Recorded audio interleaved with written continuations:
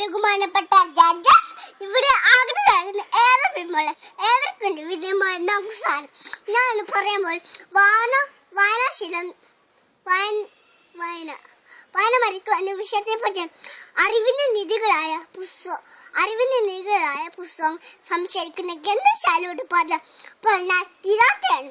കുഞ്ഞുണ്ണി മാഷിന്റെ ഭാഷയിൽ പറഞ്ഞാൽ വായിച്ചാലും വളരും, വായിച്ചില്ലെങ്കിലും വളരും. വായിച്ചു വളയുന്നവൻ വിളയും, വായിക്കാതെ വളയുന്നവൻ വളയും. വളരെ അർത്ഥത്തോടെ നീതി വാക്കണം. ഓരോ വ്യക്തി വളരാതെ വളർന്ന് വിളയണം, വ്യക്തിത്വ ഭാഗമാക്കണമെന്ന് വായിക്കണമെന്നാണ് കവി പറയുന്നത്. വായന മനസ്സിന്റെ ഭക്ഷണമാണ്.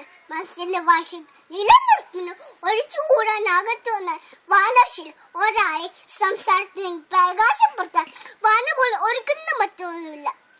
സദാ വെളിച്ചം അജ്ഞാത മതം ഉത്തമ ഗ്രന്ഥങ്ങള് വിജ്ഞാൻ കിടാവിക്രം മങ്കറുണ്ട്. മാധുഭക്തി, പീതുഭക്തി, രാജസേന എന്നിവ ഓരോ വ്യക്തിക്കും വേണ്ട ലോകത്തിലാണ്. ഹിഷ്ടഭക്തി ഒരിഞ്ച് മധുഫരമാകുന്നു. ഇതെല്ലാം ലഭിക്കുക നല്ല വായനയോട് മാത്രം.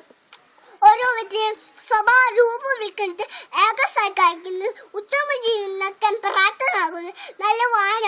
പുസ്തകത്തിലെ വെറും മികവെന്നതുകൊണ്ട് ഷേക്സ്പിയർ വായനയുടെ മഹാഭക്തി വിളിച്ചു വന്ന് തെളിഞ്ഞു വായനയുടെ മത്സരം സഹോദര മലഫ ഒളിയിടുകൾ. എൻ്റെ നന്ദി, നമസ്കാരം.